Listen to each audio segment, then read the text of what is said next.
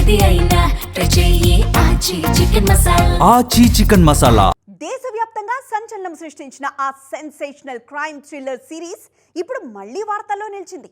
3వ పార్ట్ అనౌన్స్మెంట్తోనే ఇండస్ట్రీలో భారీ అంచనాలు క్రియేట్ అయ్యాయి. కానీ రిలీజ్ టైం వచ్చేసరికి సీన్ రివర్స్ అయింది. ఒకప్పుడు మోస్ట్ అవైటెడ్ లిస్ట్లో ఉన్న మూవీ సడన్ గా స్లో అవ్వడం వెనక రీజన్ ఏంటి?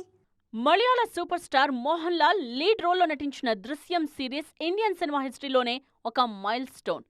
గతంలో వచ్చిన 2 పార్ట్లు బాక్సాఫీస్ వద్ద కలెక్షన్ల సునామీ సృష్టించాయి.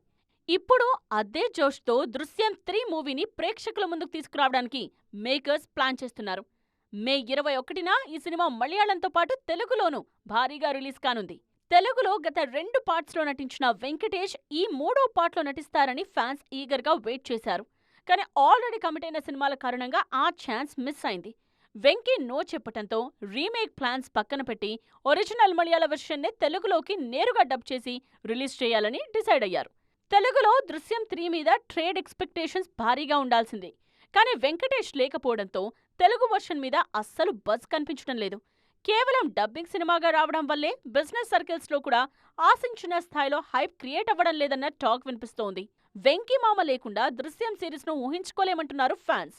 దీంతో మోస్ట్ సక్సెస్ఫుల్ సిరీస్కు తెలుగులో ఇలాంటి పరిస్థితి రావటం ఏంటన్న డిస్కషన్ జరుగుతోంది.